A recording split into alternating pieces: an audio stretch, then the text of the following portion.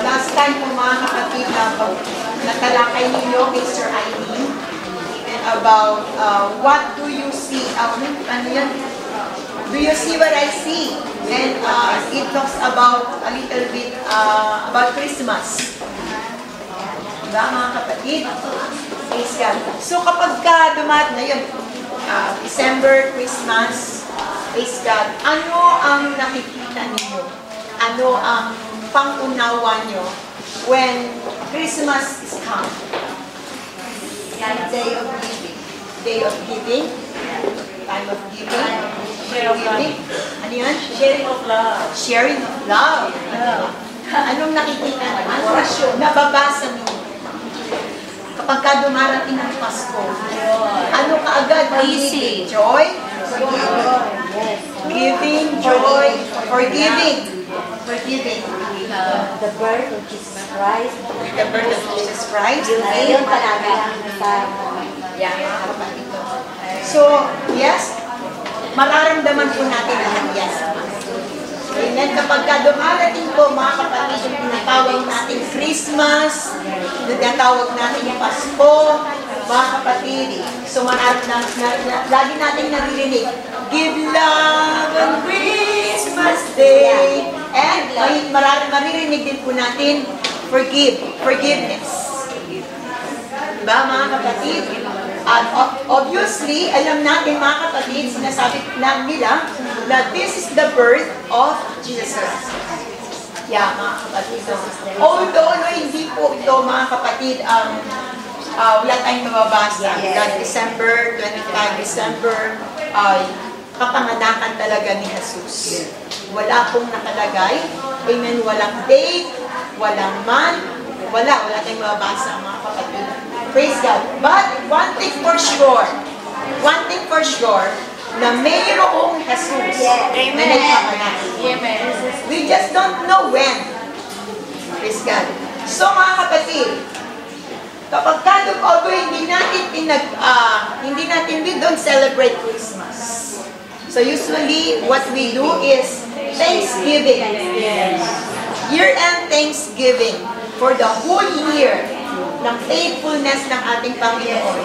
We give thanks, we celebrate, amen, we give gifts, we give love. Because it's a time of Thanksgiving.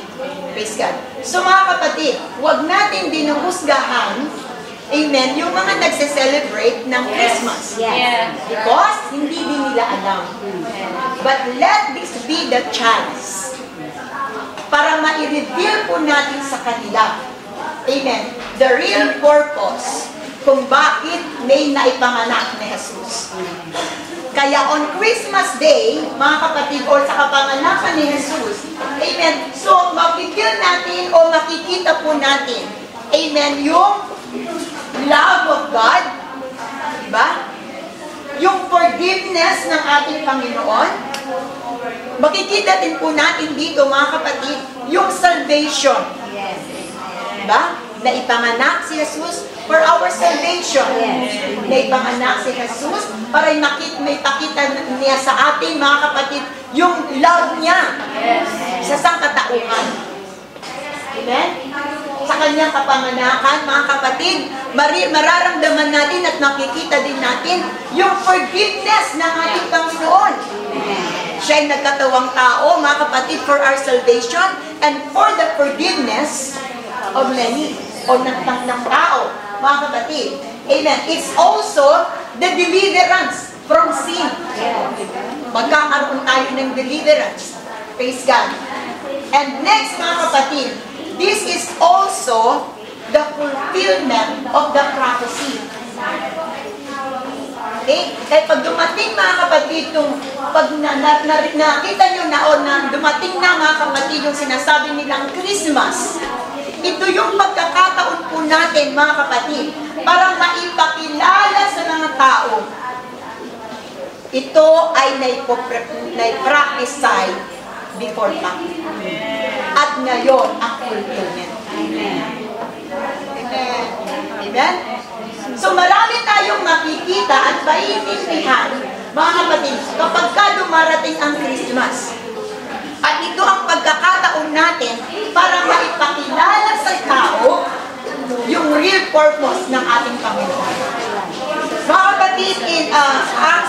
chapter 17. Kung naalala nyo, praise God, si Paul, nung siya ay pumunta sa Thessalonica, Acts 17 verse 23.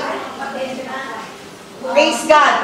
Doon ang sabi niya, mga kapatid, pagpunta niya sa Thessalonica, nakita ng mga tao, amen, ng mga Hudyo, na there is this purpose of Paul na may pangaral ang patungkol kay Jesus. At ayaw itong mangyari ng mga Hudyo, kaya pinersecute po, mga kapatid, si Paul. Hanggang sa may padala si Paul sa Berea. Yes. At doon sa Berea, mga kapatid, nakita niya yung mga idolatry na mga nandoon, ng mga tao na nag-worship sila sa mga idols. Kaya in Acts chapter 17 verse 23, ang sabi niya dito, "For as I passed by and beheld your devotion, I found an altar with this inscription, to the unknown God, whom therefore ye ignorantly," see, ignorantly worship. At sabi niya, mga kapatid, "Him I declare I unto you." Yung the unknown God, wino-worship nyo siya, ignorantly, hindi nyo siya kilala. Amen. The same thing, mga kapatid, no? Yung mga nag-worship, yung mga nag-celebrate, mga kapatid, ng Christmas, they are celebrating, mga kapatid, ignorantly. Hindi nila nauunawaan. Naintindihan niyo po? Amen.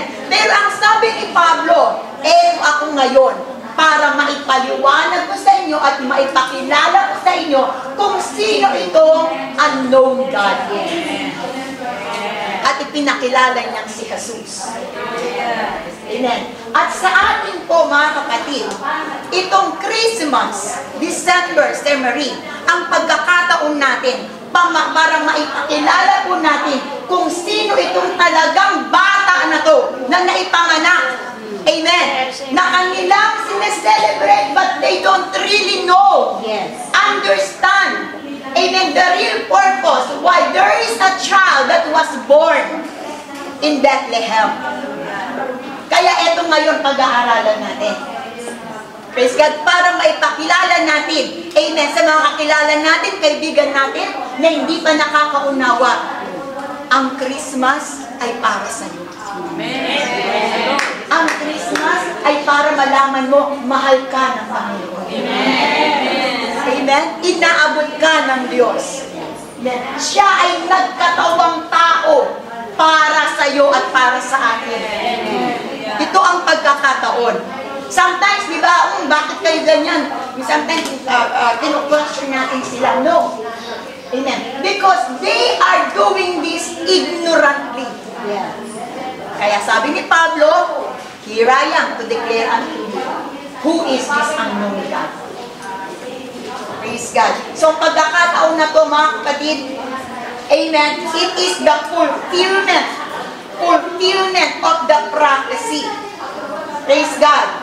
So, on this Christmas, the whole world celebrate is our chance to reveal to the people the purpose of God and to the people, and that is to be born like us, may panganak si Jesus katulad po natin, mga kapatid, para magkaroon po tayo ng salvation, and the real purpose is that we will be filled with His Spirit to be guided and teach and be taught by the Spirit. Amen. Na ang sabi nga, mga kapatid, sa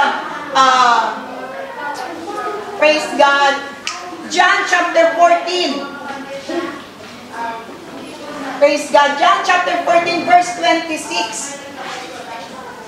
Amen. But the Comforter, which is the Holy Ghost, whom the Father will send in my name, He shall teach you all things and bring all things to your remembrance.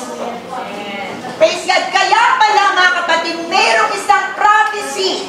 Amen. 840 years before the birth of Jesus. Amen. Mayroon ng plano ang ating Panginoon. Amen. Amen. Na maibuhos ang kanyang banal na spirito sa sangkatauhan. Amen. For everyone. Dahil yun ang propesya. Anong sabi ni Joel? Chapter 2. Joel chapter 2 verse 28. Now we are still in the introduction. Ano pa lang ito mga kapatid, no? In Joel chapter 2 verse 28, this is a very well-known verse. Anong sabi? It shall come to pass afterward that I will pour out my spirit upon all flesh. Diba? And your sons and your daughters shall prophesy, your old men shall dream dreams, your young men shall see visions. So yun ang propesya. 840 years before the born of Jesus. Mayroong propesya. Grabe. Ang layo. Diba? 840 years. Amen. Now mga kapatid, ang prophecy, anong sabi mga kapatid? Page 5. Ay, meron ba kayong Page 5. Si ano meron? Okay, in page 5. In 2 Peter chapter 1 verse 21, ang sabi, the Bible tells us that the prophecy came not in old times by the will of man. Amen. Ang propesya, mga kapatid, amen, ay naihayag, amen, hindi sa karunungan ng tao. Amen? But holy men, God spake as they were moved by the Holy Ghost. Nagkaroon ng propesya not to the knowledge of men, amen, but by the Spirit. They were moved by the Spirit of God. That is the Holy Ghost. Now, the Spirit of God and Holy Ghost, amen, hindi sila different entity. They are just the same. Amen. Kaya sabi dito mga kapatid, they spoke as they were moved. Amen. So, some 800 or more years before, Joel had no idea what he was saying. Wala siyang idea. Because he was just moved by the Spirit. Hindi niya idea to. Praise God. Have you been tried, mga kapatid, na sa mga preacher dito? Sa mga, mga kapatid, no? Sometimes magtatanong ka, Lord, ano kayang message? Lord, ano bang ipapangaral ko? Lord, ano bang ituturo ko? Diba? Ganon, mga kapatid. And then, habang pakikipag-communicate mo, bigyan ka ng title ng Panginoon. Yes. Una title pa. Title. And then title, ito title. Then maghahanap ka ng verses. Yes. Supporting verse, reference. Yes. And as you do the outline, amen, words after words, pumapasok to. Yes. At pag binasa mo, wow, ang ganda. Yes. It is not our own idea. It is led by the Spirit of God. So the same thing, amen, dun sa prophecy, amen, na makikita natin kay Joel, yung mga prophets, mga kapatid, ang sabi dito, hindi ito sa kanilang sariling karunungan. Ito ay led by the Spirit, moved by the Spirit of God. Now, mga kapatid, what is prophesying? Ano ba itong prophesying, mga kapatid? So, sabi dito, according to Oxford Dictionary, meaning, mga kapatid, ang prophesying is saying that, a specific things will happen in the future. Parang mamuhula sila. Amen. Magpa-prosify sila. Amen. Magsasabi sila into something na mangyayari in the future. Yes. Yes. So, yun, mga kapatid, ang na-prophesy, mga kapatid, ni Joel. 840 years before the birth of Jesus Christ. Grabe, ang tagal. Yes. 840 years. Minsan tayo, mga kapatid, no? Praise God. May naalala ko, mga kapatid. May pinakitang dream ang Panginoon sa akin. Praise God. Minsan sa dream na to, nakala natin, bukas na ito mangyayari, sa susunod na araw, mga kapatid, o hindi natin, wala naman, hindi naman totoo. Pero hindi mo alam, in the future, pinakita ito ng Panginoon. Praise God! And you know, mga kapatid, in our, pioneering church, mga kapatid, nandun po mga kapatid ako sa prayer and fasting. Amen. May ginawang prayer room si Pastor Librado. Amen. At doon po mga kapatid sa aking panalangin, prayer and fasting, amen, parang nagbukas yung aking vision. Meron akong nakitang kamay, as in literal na kamay lang siya, kamay. Amen. Na pinakita sa akin ng at meron siyang binigay sa akin na inabot ko, kinuha ko. Meron siyang binigay something puti. Nakita ko talaga yung kamay, as in nabuksan ng vision. Praise God. Hindi ko maunawaan kung ano yun, at as in parang nawala na. Nawala na mga kapatid. At alam niyo ba kung ano kailan nag-fulfill? Dito sa Hong Kong. Dito sa Hong Kong. Pioneering namin is like 1994 or 1995. Nandito kami, nakapunta kami dito sa Hong Kong, 2004. How many years? 10 years. Bago nagkaroon ng fulfillment at nakalimutan ko na. Nung maganap ito, pinaalala ito ng Panginoon. Ipinakita in the future na mangyayari. Praise God. So huwag kayong magmadali. Malay nyo. Amen? Nakakita kayo ng vision ngayon. Praise God. At pag matanda na kayo mangyayari. Or, katulad po ng mga kapatid ng mga prophet before, mga kapatid, wala na sila bago naganap ang prophecy. Pero, naihula. Yes. Diba? Nasabi, na naipahayag. Praise the Lord. Naalala ko, one time, mga kapatid, praise God, sabi ni Mr. Claire, sabi niya sa akin, sinabi ng Panginoon sa akin, in a vision or in something na aalis ako dito sa New Life. Sabi niya yun, aalis ako sa New Life. Amen. So iniisip namin, mga kapatid, na baka pupunta siya sa Kowloon, pupunta siya sa mga kapatid, na dito pa rin sa Hong Kong, pero hindi na dito sa, kumbaga mga kapatid, magkakaroon ng campus, magtatatag siya mga kapatid, na katulad ng Bhutan. Mag-handle siya ng church or whatsoever, mga kapatid. Kailan na-fulfill yung sinabi niya? Last year, na-move siya, mga kapatid, sa Malaysia. Ilang years bago naganap. Amen? Now, 840 years, na-prophesy, mga kapatid, na ang sabi dito, I will pour out my spirit. Amen? Among all men, mga kapatid. Amen? Ibubuhos niya ang kanyang spirito. Praise God, na-prophesy 840 years. But, mga kapatid, look at this. Nagkaroon din ng prophecy, mga kapatid, si Isaiah 9:6. Diba? Pero there's a connection. There's a connection. Amen. Anong sabi ng Isaiah 9:6? And she shall, for unto us a child is born, unto us a son is given, and his name shall be called Wonderful, Counselor, the Mighty God, the Everlasting Father, the Prince of Peace. Praise God. Mayroong maipapanganak. 840 years, mga kapatid, and then 740. Wala ka palang, sorry, wala kayong Praise God. Nangyari yun, mga kapatid. But there is a link with that. Kasi mga kapatid, bago may pour out ang Spirit ng Spirito, mga kapatid, mayroon munang mangyayari. Kailangan mayroon munang maipanganak. Amen? So, kukunin natin yung mga ganung bagay, mga kapatid. Now,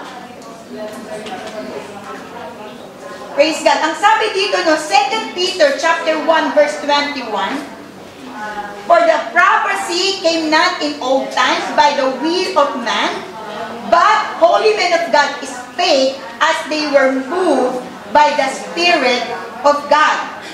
God was talking to Joel. Dito na ba tayo? 6 pala.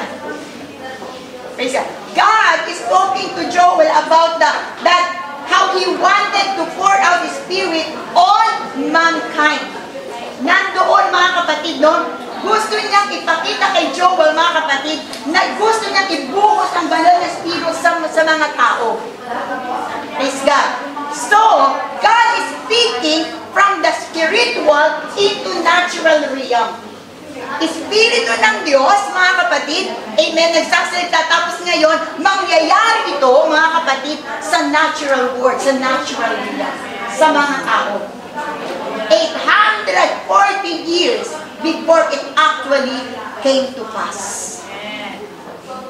Praise the Lord. Kaya mga kapatid, bakit niya sinabi ito, mga kapatid? He wanted to pour His Spirit out on mankind. Why? Katulad ng nasabi ko sa inyo kanina, as in John 14:26, mga kapatid. Amen. But the Comforter, which is the Holy Ghost, whom the Father will send in my name, ano sabi? He shall teach you all things. Bakit, mga kapatid, gusto niyang i-pour out? Bakit kailangan gusto niyang mag-feel tayo ng Holy Ghost? Kasi He, mga kapatid, shall teach us all things. Ang Espiritu ang magtuturo sa atin. Amen. And, mga kapatid, bring us to remember, or bring things to you remember, whosoever or whatsoever have I said unto you. Yung mga salita ng Panginoon para maalala po natin, ma-remember po natin. Ang Espiritu ng Diyos ang siyang magtuturo. Paano tayo lalakad sa katwiran ng Diyos?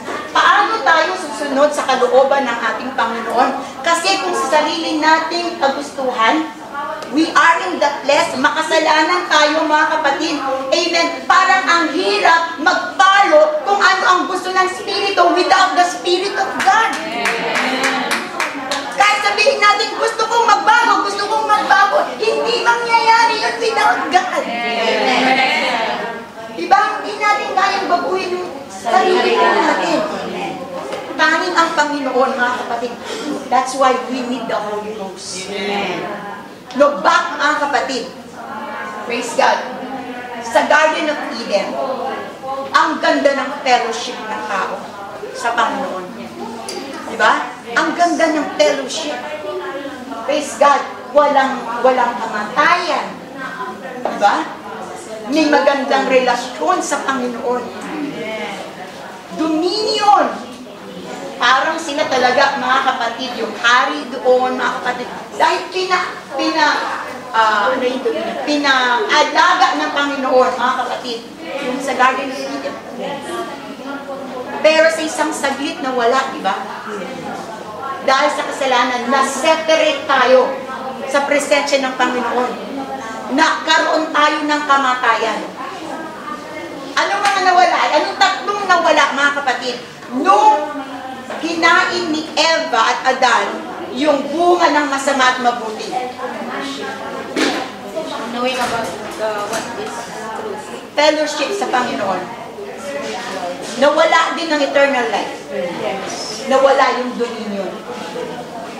Diba? Nawala, mga kapatid. At ang tao ay namuhay sa flesh. Kaya nandun yung kasalanan, mga kapatid. Pero napakabuti ng Diyos. Dahil mayroon siyang napakagandang plano. Praise God. At yung planong ito, mga kapatid, amen, is to save us. Amen. At maibalik yung eternal life, maibalik yung fellowship, and dominion. Praise God. Amen. At ito, mga kapatid, mangyayari ito, amen, kailangan pong mapustos tayo ng banal na spirito. Kaya nga yung plan, mga kapatid, is for us, amen, to be filled with His Spirit. Look at this, mga kapatid. No? Hindi pa ako nakakalayo. Mga ano lang to, pasingit-singit sa ano. Now, look at this. Sino dito naka-receive na ng Holy Ghost? Halos lahat tayo. Diba? Nakareceive na tayo lahat ng Holy Ghost. At ang Holy Ghost na ito, mga kapatid, nagbibigay ng joy, amen, connection, amen, at nagkakaroon tayo, mga kapatid, na namumuhay tayo, mga kapatid, nalalaman natin kung anong gusto ng Espiritu. We can walk in the Spirit, mga kapatid. But, look at this. Kapag ang Holy Ghost ay nawala sa atin, nag-grieve ang Holy Ghost, ilang years ka na hindi na-filled ng Holy Ghost, mga kapatid, ano ang nararamdaman ng tao? Malayo siya sa Panginoon. Ang hirap niyang makaunawa, mga kapatid, sa mga spiritual na bagay. Very dry. Very dry. Yung dati nating ginagawa sa Panginoon, hindi mo na nagagawa. Yung joy, yung excitement, mga kapatid, di ba? Wala na. Wala yung joy. Wala yung spirito ng ating Panginoon. But there is, kaya nga mayroong plan ng ating Panginoon. I will pour out my spirit upon mankind. Ibibigay niya yung kanyang spirito. Ibubukas niya ang kanyang spirito. Why? Para makalakad tayo sa spirito. Yes. Para masunod po natin, mga kapatid, ang kalooban ng Espiritu. Amen. At ma-restore, mga kapatid, yung ating fellowship. Sabi ko nga, mga kapatid, no, praise God, kapag ka, amen, nag-dry tayo, mga kapatid, sa Espiritu ng ating Panginoon, katulad ng sabi ko, nawawala yung mga dati nating ginagawa. Yung dating pagiging soul winner mo, tamad ka nang mag-soul win. Yung pagiging worshiper mo, amen, natatalon-talon ka sa harapan, amen, na halos, mga kapatid, no, yung pawis mo, amen, halos masabi mo na lahat, yung lungdag mo, grabe, mga kapatid, yung sigaw mo, amen, you are filled with the Spirit and excitement and joy. Amen, sa Espiritu ng ating Panginoon. Pero nung hindi ka na na-filled ng Holy Ghost, lahat dry. Maging ang pagpunta natin dito sa church, dry. Amen. Nabuboard na tayo. Naunawaan niyo po ba yan? Kaya ganun ka-importante na every time na meron tayo dito, nandito tayo sa church, kailangan tayong mag-feel ng Espiritu ng Panginoon. Hindi tayo pagkalang, pumayag, mga kapatid na, amen, na maka-attend ka ng church, tapos hindi ka man lang mag-feel ng Holy Ghost. No, aalis kang empty. Di ba, mga kapatid? As in, dumating ka dito na dry, lalabas ka dito na dry. Dumating ka dito na bagsak ang balikat, mga kapatid, lalabas kang ganun pa rin.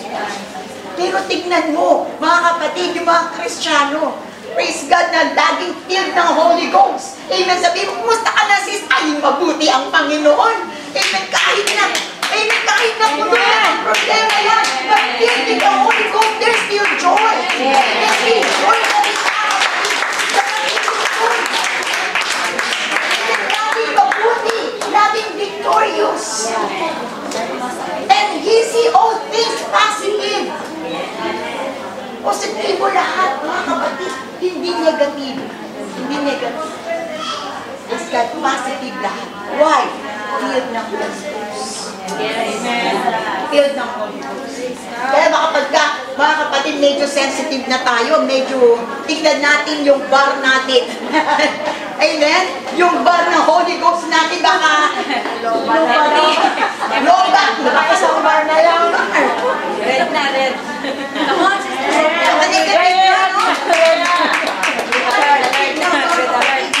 Kaya yun ang purpose ng Panginoon, mga kapatid. Beforehand, I will pour out my Spirit because we need the Spirit of God. Anong sabi, mga kapatid? Amen. John chapter 3 verse 5.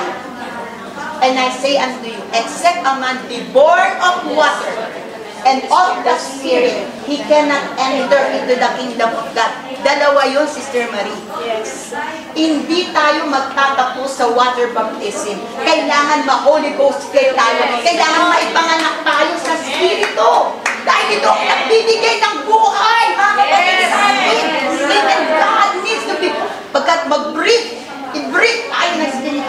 mga kapatid, ang kanyang spirito. Praise God.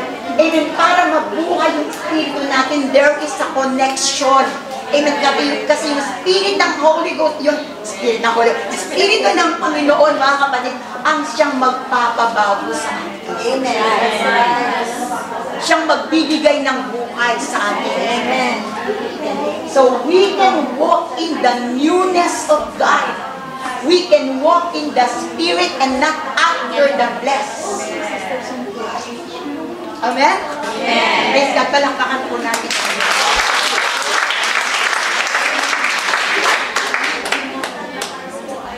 Now, mga kapatid,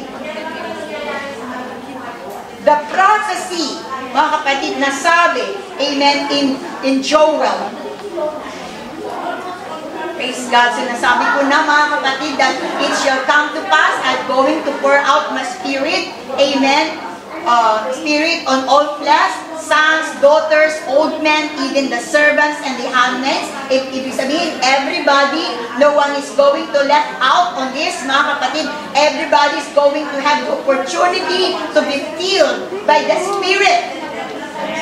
Praise God. Now, the purpose of prophecy na sinabi ko kanina, mga kapatid, amen, bakit may propesya? Bakit may hula?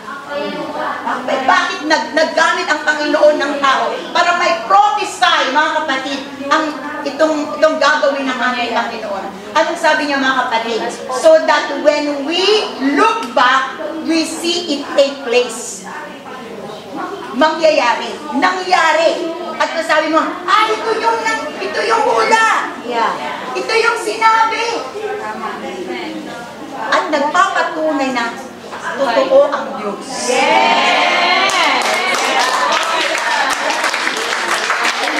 Hindi sinungaling ang Panginoon. Kapag sinabi niya, it will come to pass. Maghintay ka lang. Pag sinabi ng Panginoon, I will bless you. Wait for it. And live for it. Pagpapalain ako ng Panginoon.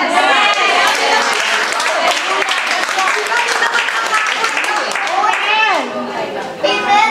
He is the covenant keeper. Amen.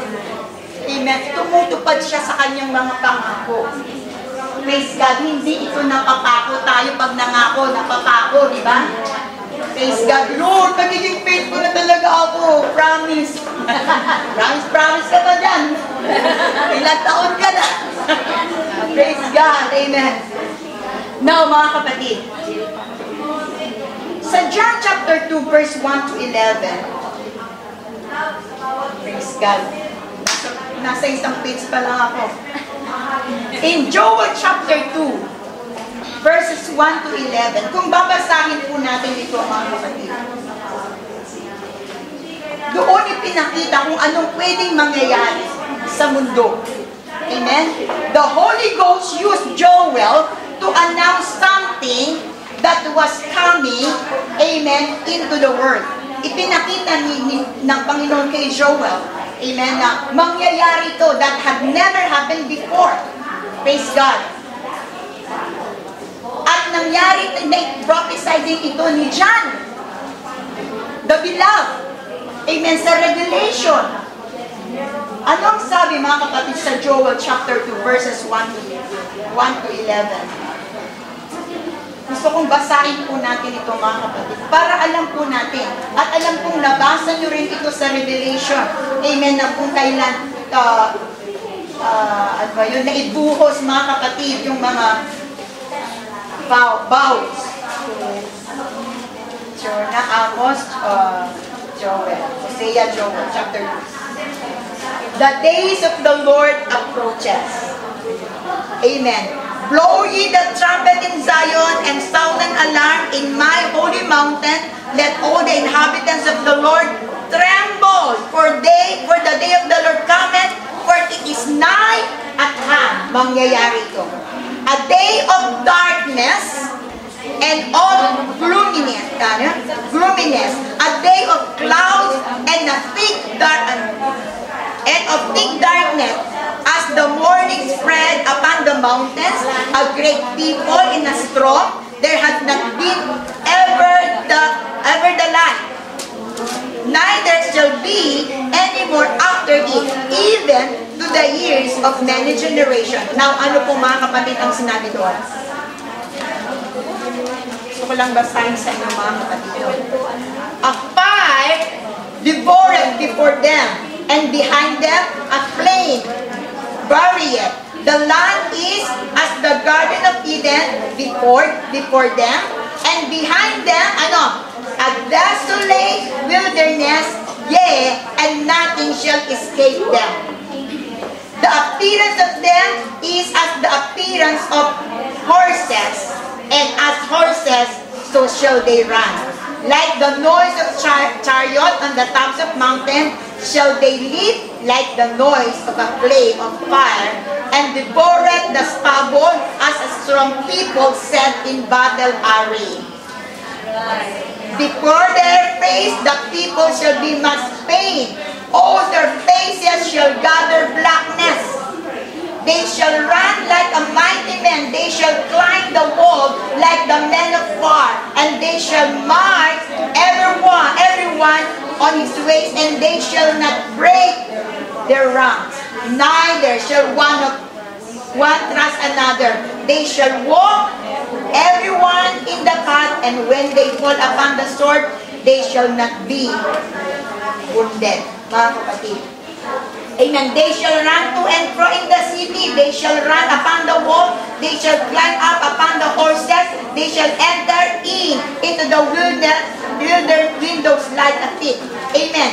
The earth shall quake before them. The heaven shall tremble. The sun and the moon shall be dark. And the stars shall withdraw their shining. And the Lord shall utter his voice before his army. For his camp is very great. For he is strong and executed his word. For the day of the Lord is great and very terrible. And who can abide it? Ito ay mangyayari, mga kapatid. At ang sinasabi dito, mga kapatid, kung sinong like horses, mga locust. Locust, mga kapatid, nakakain sa kanilang mga pananim, aakyat sa kanilang mga bahay, amen, as in nakakatakot. It shall come to pass. Mangyayari ito in the last days. Praise God. Mga propesiya na pwedeng mangyari, mga kapatid. Now, anong sabi dito, mga kapatid? Yet it had been in the mind of God for the creation of the world. Look at Revelation 13:8. Anong sabi, mga kapatid? And all that dwell upon the earth shall worship Him. Sino i-worship nila? The beast. The dragon. Praise God. Whose names are not written in the book of life of the Lamb, is slain from the foundation of the world. Yung lahat ng hindi nakasulat ang kanilang pangalan sa book of life ay mag-worship sa beast. Amen? At itong beast, mga kapatid, amen, ang sabi ng Revelation 13, mga kapatid, hindi ako nagkakamali, may number. Amen? Na itatatak sa kanila. Anong number, mga kapatid? 666. Silang lahat na hindi nakasulat ang kanilang pangalan sa Book of Life, tatanggapin nila. I-worship nila siya. Praise God. Pero hindi sa mga tao, sa mga Kristiyano na ang kanilang pangalan ay nakasulat sa Book of Life. Now, the Lamb na sinabi dito that was slain, amen, from the foundation of the world is Jesus na kakatayin. Bakit nangyayari ito, mga kapatid? Bakit kailangan niyang mamatay? Mga kapatid, bakit kailangan niyang maipako sa krus? Bakit kailangan maging flesh? He is a spirit. Amen.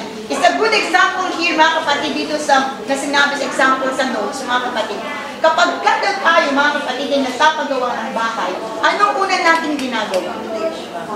Foundation, di ba? Magbubungkal ka, amen, tapos maglalagay ka ng mag-built-in ka, mga kapatid, ilalagay doon, mga pillars, bago ka mag-roofing. Yes. Diba? Kailangan may foundation, kailangan may mga pillars ka, mga kapatid, bago mag-roofing. Praise God. And so, mga kapatid, sabi dito, what we are talking about here is long before God ever put, bago daw, mga kapatid, naglagay ang Panginoon ng sun, moon, or any gravitational, amen, full of any planets, amen, doon pa sa kanyang kaisipan, mga kapatid, amen, mayroon na siyang nailagay, mga kapatid. Ano ang nasa kanyang kaisipan? Iligtas ang tao. The opportunity, amen, for the people to be saved. And that, mga kapatid, amen, before the foundation of the world, amen, yes, sabi niya, this is the first time God announces this prophecy to the world, that He wants to pour out His Spirit. Bago may salvation, mga kapatid, bago may outpouring of the Holy Ghost, amen, mayroon mo nang dapat may panganak. Amen. Mayroon mo nang dapat, mga kapatid, gawin ng Panginoon. Step by step. Yes. Praise God. Dahil anong sabi, mga kapatid, sa Hebrews, chapter 9, kung di ako nagkakamali, mga kapatid, no? Without the shedding of blood, there is no remission of sin. Walang kapatawaran sa kasalanan. And God is the Spirit. Yes. Walang siyang flesh and blood. Yes. Sa mga nilikha niyang tao, walang righteous. Yes. Walang qualified. Only God. Amen. Kaya siya mismo, mga kapatid, God Himself manifest in the flesh. Yes. Para magkaroon ng dugo at saka laman. Yes. Kailan nangyari, mga kapatid? Amen. Nung siya ay naipanganak. Yung bata na nandun sa manger. Yes. Amen. Kaya sabihin mo, mga kapatid, sa mga tao, amen, nagse-celebrate, mga kapatid, naniniwala, ay naipanganak sa December 25. Amen. Sabihin mo sa kanila, nangyari ito para sa salvation mo. Salvation natin. Pagkakataon pala natin. Yes. Praise God. Amen. Now, mga kapatid, anong nangyari pala dito? Praise God. He had, paano nangyaring nagkaroon ng flesh and blood? Amen. Of course, walang imposible sa Panginoon, di ba? Sabi dito, mga kapatid, His Spirit, ang Spirito ng Panginoon, amen, His Spirit entering into the womb of a young virgin by the name of Mary as spouse to Joseph. Well, ba kayo, mga kapatid, sa surrogacy? Yes. Yes. Surrogate mother. Surrogate mother, di ba? Anong nangyayari yun, mga kapatid? Yung pinupuno nila yung semen. Mayroong egg cells, mga kapatid, and sperm cells na egg na siya.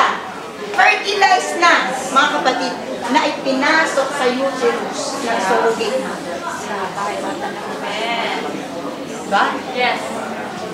Ibig sabihin ito, mga kapatid, meron ng soul, egg na siya.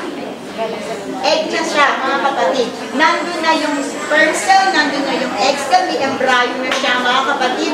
Amen, kompleto na siya, na ipasok doon sa uterus ng babae.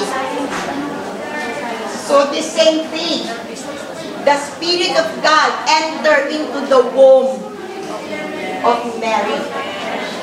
At ang sabi, mga kapatid, amen, yung cell na to, cells, o yung itong embryo na to, mga kapatid, amen, na naipasok sa surrogate mother, amen, wala siyang DNA doon sa bata. Why? Hindi galing ito sa kanya. Amen? Ginamit lang yan, mga kapatid, ginamit lang yung kanyang uterus para ma-develop yung nabuong embryo. Kaya wala siyang DNA yung hindi niya anak yun. Ano? Anak yun yung may-ari. Yes. Kanilang din. Amen? Yung egg. Sino na nakakita ng egg? Masarap ang egg. Di ba? Pag nailabas na yung egg, mga kapatid, nandoon na, di ba? Praise God. Pagka hindi ito nalindiman, hindi mabubuo yung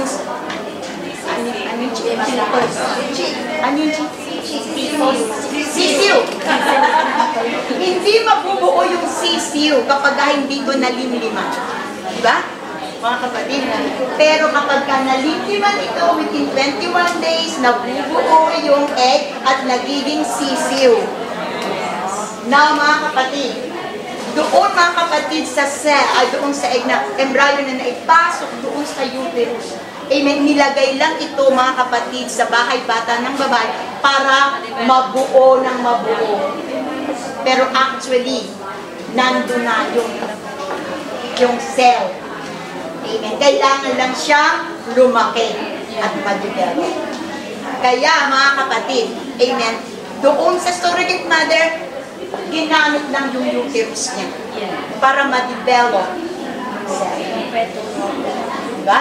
Mga kapatid. So, yung spirit, ginamit lang si Mary para maglimlim. Nakamadaling salita. Para limliman yung egg at lumaki mabuti.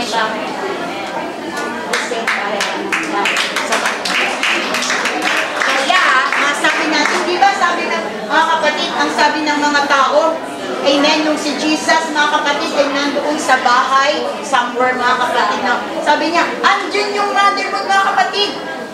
Diba? I have only one mother and brothers. Askan yun.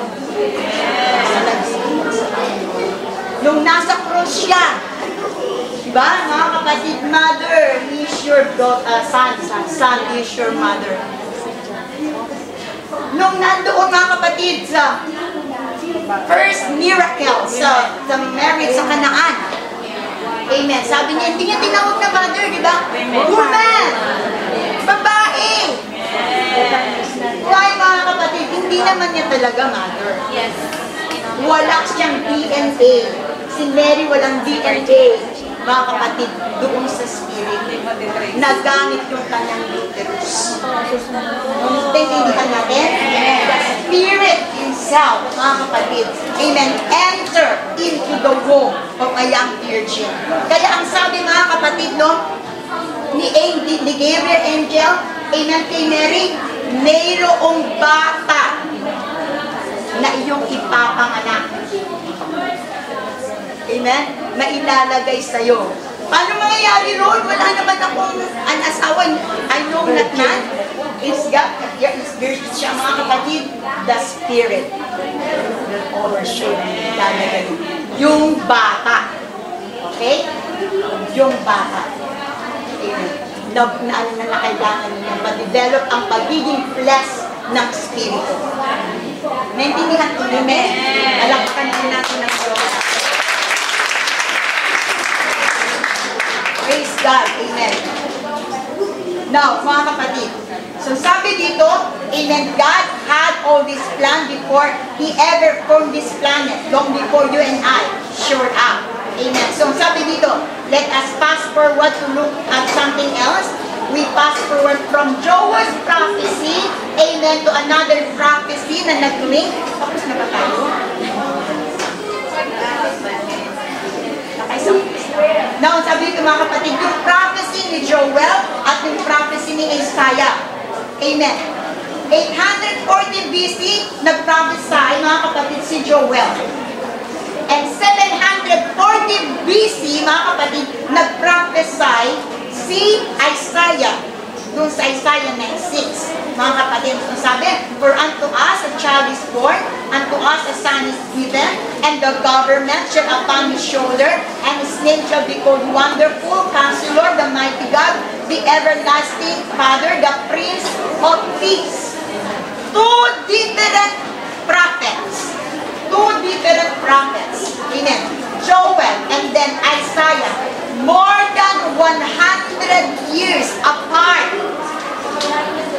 100 years apart. 840 BC and the next is 740 BC. 100 years. Long years. nag-click sila mga kapatid. Now, ang prophecy mga kapatid ay nag-explain to others. 1 minute. Kaya mga kapatid, ang sabi dito, amen. Jesus, amen, Jesus, after Jesus' birth, and after He was crucified, and after He ascended into heaven, mga kapatid, amen, nagsabi din si Timothy, amen, and without controversy, great is the mystery of godliness. Amen. God was manifest in the flesh. Si Joel, si Isaiah, and sa New Testament, si Timothy. Gaano kalala yung years niya. But they link to each other. Ibig sabihin ito, mga kapatid, totoo ang propesya. Totoo, mga kapatid, ang salita ng ating Panginoon. No, pagkatapos ako dito, mga kapatid, praise God.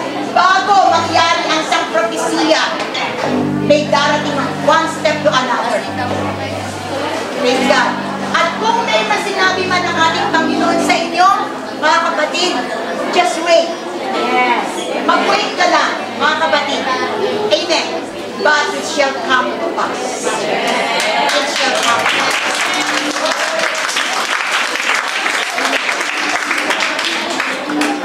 We need the Holy Ghost. At ito ang pangako ng ating Panginoon.